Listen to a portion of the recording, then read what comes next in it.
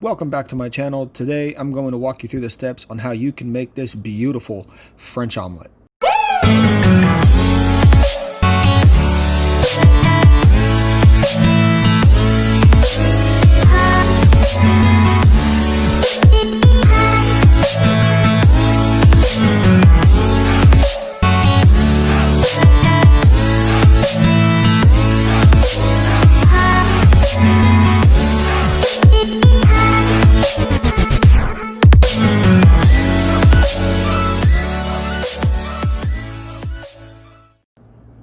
So to get started, we're going to need a bowl of water and one potato. The potato is going to be part of the breakfast, and we're also going to take this brand new potato peeler and we're going to give it a try. And honestly, I was convinced to buy this potato peeler because I was told it would be a little bit better to use, a lot easier to use. But after the first couple of swipes on the potato with this peeler, I ended up just switching and going to a traditional potato peeler that I have in my house, because honestly, it just works a lot better. So what we're going to do is we are going to peel the potato completely down all the way, take all the skin off. You don't want any skin because we are making hash browns. And to make the hash browns, you need to take all the skin off of the potato.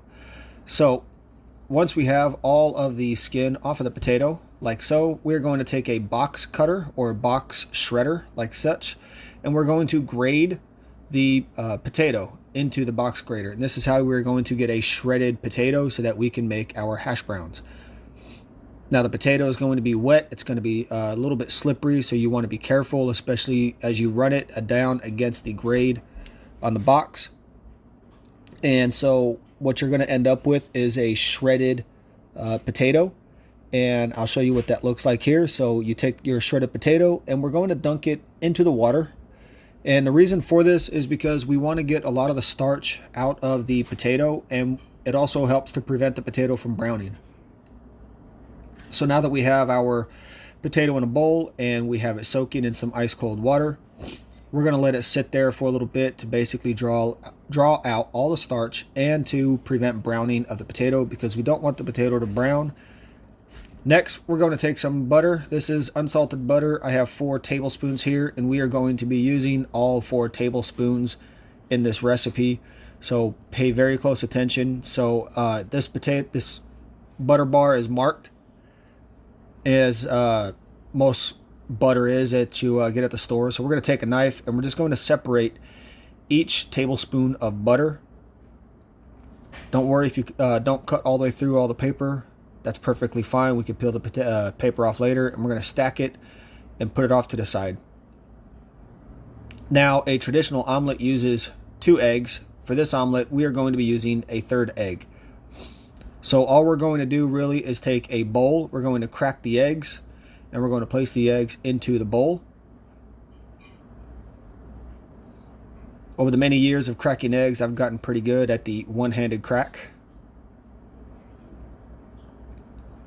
So once you have all 3 eggs cracked and into the bowl, well, hold up, let me get this little shell out. All right, now we're going to take a wire whisk and we are going to beat the eggs. Now, we're not trying to put air into the eggs. We're just basically trying to beat the eggs into a nice, smooth mixture. We're not going to add salt to the eggs. We're not going to add pepper to the eggs. We're just going to beat the eggs, these 3 eggs, into a nice mixture. We want to make sure that there are no egg whites whatsoever left. So a good indicator as to how you are, where you need to be as far as your eggs go when you're beating them, is you pull up with the whisk with some of the egg still attached to the whisk, and you watch the egg as it falls. If you have a nice steady stream and you can tell that there's no egg whites, then you have a good stream, or you have a good mixture of eggs. So don't be concerned about how long it takes to basically beat your eggs with the wire whisk. Remember, we're not trying to put oxygen into the eggs. We're not trying to make them to be fluffy. And there's that string test I was telling you about. So we have a little bit more to go. We have a little bit of egg whites still left in there, and we just want to make sure that this is all thoroughly mixed together. So once we get all of our eggs thoroughly mixed together, and there's a steady stream of eggs, as you will see. Then we are going to move on to the next item of this breakfast, which is going to be bacon. I happen to like bacon with my breakfast. I imagine everybody else likes to have bacon with their breakfast. I understand that there's people that don't like bacon, but I happen to love bacon. So what I have here is the remaining strips of bacon from my fridge. And these are not very thick. They're very thin, and they're really hard, difficult to peel apart. So what I've done with these is I just run my finger on the bottom side to make sure that I don't get any rips or tears as I separate the bacon. And we're going to separate each strand or each layer or strip, whatever you want to call it, of bacon. And we're going to separate all 3 of them and just place them off to identify that we have good 3 strips of bacon. There's 1. And as we work on the second, we will separate the second and the third together. And now we have 3 strips of good bacon. So next up, we are going to take the bacon and we are going to place it into a non-stick skillet that is lightly greased with some cooking spray. And this is going to be the cold cook or cold start cooking method for bacon, which is where you basically place it into a non-stick pan and you place it onto the burner onto a low to medium heat, and you basically start the bacon in a cold pan. I've heard many different benefits to cooking the bacon this way. Some put it in the oven, some like to cook it in a skillet. I like to cook mine in a skillet. Next, we're going to need a rubber spatula like this one that is very flexible and is very heat resistant. We're going to need that to make our omelet. And we're going to need a non-stick skillet that you see in front of me. This is my 8-inch skillet. And we're going to put not 1, but 2 tablespoons of butter into the skillet. And we are going to put the burner onto low. Now, it's going to be kind of boring for the next couple of minutes of this video because I try to reduce as many cuts as possible because you kind of need to see exactly what's going on here. So we're basically going to cook this entire omelet onto a low heat. You don't want to go any higher. Any higher and you run the risk of messing up the French omelet. So what we're doing here is we're basically melting the butter down. We're not trying to burn the butter. We just want a nice slow heat, slow melt of the butter as it gets all the way around. Make sure you try to get as much as the sides as possible as you spin the butter around. And what we're looking for is tiny little bubbles from the heat. As you can see right here, tiny bubbles, we're good to go. And now we're going to take our eggs and we're going to pour the eggs right into the butter mixture. Once we have the eggs into the butter mixture, a lot like making risotto, which I made in a previous video, what we're going to do is constantly stir and pay very close attention to this omelet. So very much so like making scrambled eggs, you're going to stir the eggs in the skillet with the heat on low. However, you're going to continually shift or slide the skillet forward and backward. What this does is it prevents the omelet or prevents the eggs from basically becoming scrambled eggs by constantly moving everything around. And what we're trying to do is create itty bitty tiny curds into the eggs. We don't want massive large chunks of curds like scrambled eggs.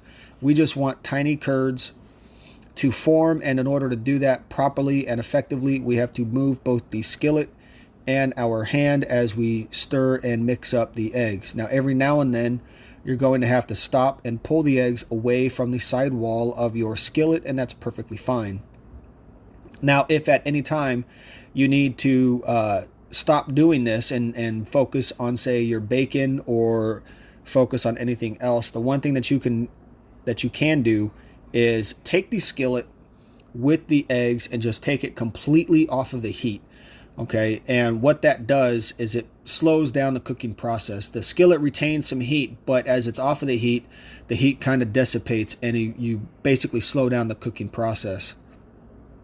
So, like I said, it's going to be a little boring on this part here, but what we're doing again is we're making tiny little curds. Now, this is going to be the time I'm going to burn a little bit to basically say that if you like the videos and you like what you're seeing, please hit that like, hit that subscribe, hit that notification bell. You can find me on Facebook. You can find me on Instagram. You can find me on Twitter. Do please comment down below. Tell me what you like, what you think I did wrong, what you think I could do better. So here I took the skillet off of the heat so I can flip my bacon. Once the bacon is flipped, we're going to put the egg mixture right back over the heat, and we're going to repeat the process. We're going to basically shake the skillet forward and back and continue to turn or spin the spatula around into the eggs. And as you can see, we're starting to get a slight buildup of curds all the way around, okay? And that's a good thing. That's exactly what we want, all right? The French omelet is supposed to be smooth. It's supposed to not be burnt on any sides. It's supposed to be a solid yellow color. And surprisingly, it's actually supposed to be slightly runny. All right. If you make a French omelet and it's not slightly runny, that means it's slightly overcooked. That's okay. It still passes as a French omelet. But you really want the omelet to be slightly runny. So there we have our curds, and they're starting to grow, get a little bit. Now at this point, you can add things to the omelet if you want, like ham. You can cheese. You don't want to add too much because of how the omelet's going to go together towards the end. So here, what we're doing is we are basically sliding any remaining egg mixture that has not coagulated or became curds, and we're sliding it around to basically cover everything or every inch. And we are going to let the bottom sit over the heat for a brief couple of seconds to basically solidify, because what we have to do next is we have to take the spatula and we're going to have to begin to roll the omelet. So we're going to take it off of the heat. As soon as we take it off of the heat, we're going to get our spatula and we're going to tilt the skillet towards us, and we're going to start at the very top. Okay, don't worry about the bottom edge there with a little bit of run. And what we're going to do is grab the egg mixture and slowly pull it towards us and start to get a roll on the eggs. Now, this is where you're going to add another tablespoon of butter. Now, the third tablespoon of butter is basically going to act as a lubricant. It will melt into the pan, and it will also coat the egg at the same time as we're rolling it. Let's go ahead and take the bacon, put it onto a plate. When you take your bacon off of a plate, make sure you put it onto a plate with paper towel. That way the excess grease can be dripped. And we're going to go back to our omelet here, and we're going to continue to just roll. We don't want to fold it. We want to do our very best to roll the omelet. Okay, letting that third tablespoon of butter melt down as we are working our way around the omelet, breaking it up off of the edge. And we just want it to roll.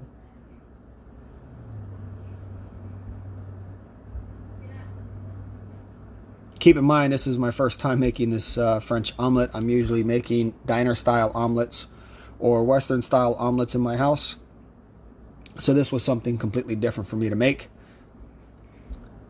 So now that we got it towards the very end, we're going to do one final roll out of the skillet onto our plate. And basically push it up off to the edge. Now the plate is warm, and that's exactly what we want. And what we're going to do is take our fourth tablespoon of butter, and we are going to coat the outside as much as possible with butter. Now, butter is going to be dripping off of this thing. There's butter in the eggs. There's butter on the inside. There's butter on the outside. It is literally dripping with butter. For some reason, the French love butter. So we're going to put it off to the side. And we're going to grab our large skillet that we cooked the bacon in. And we have all this bacon grease left over. We're going to put the heat onto a medium-low heat. And we are basically going to take our potatoes, put them into a paper towel, pat them dry. We're going to get all that water, or as much as that water, out of the potatoes that we can. And we are going to place this potato into the skillet and let it cook with the bacon grease. The bacon grease is going to add additional flavor, which is something that everybody likes. You know, we love flavor in this family. So we're going to drop the shredded potatoes right into the skillet. Don't worry if you don't get all of it. We're going to take a rubber spatula And we're basically going to push down on the potatoes and get them cooked around. Let them soak up some of that grease. We're going to add a 1/4 tablespoon of butter. That butter with the bacon grease is going to add a lot more flavor. We're then going to add a pinch of salt.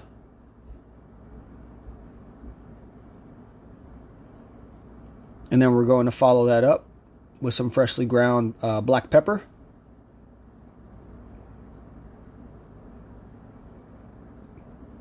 You always want to salt and pepper to taste. And what we're going to do is get all that bacon grease around and cover the potatoes with it as much as possible.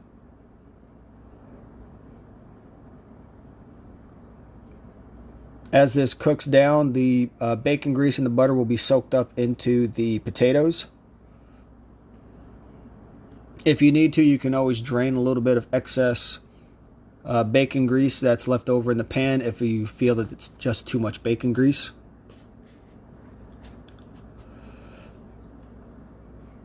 And now that we have our potatoes cooking down, we have a nice good golden color coming on them right here. We're going to square them up a little bit. They are nice and brown on one side. We're going to flip them over. They've been cooking for a good little bit. They're all stuck together now, so we can slide the spatula underneath it and we can flip it over. We're just going to give it one good flip.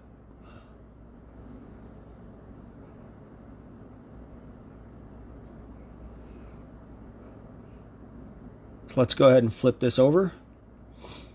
And as you can see, we have a nice good golden brown color on one side, and we're going to let it brown up a little bit on the opposite end. Just for a brief couple of seconds, and then we are going to take the hash browns, homemade hash browns, we're going to slide them out of the skillet and plate them up onto the plate with the omelet and our bacon. But we're not done just yet. Now we're going to take some chives. We're not going to use the whole stem here of chives, so we're going to cut one end off. And then we're going to cut the other end off. And very slowly, we are going to cut up the chives into manageable bite-sized pieces. You can go as thin or as thick as you want. It really doesn't matter. Just make sure that you're using the claw method as you hold it down, and the saw method with the knife as you are making your cuts, or the rocking saw. And then we are going to sprinkle the chives on top.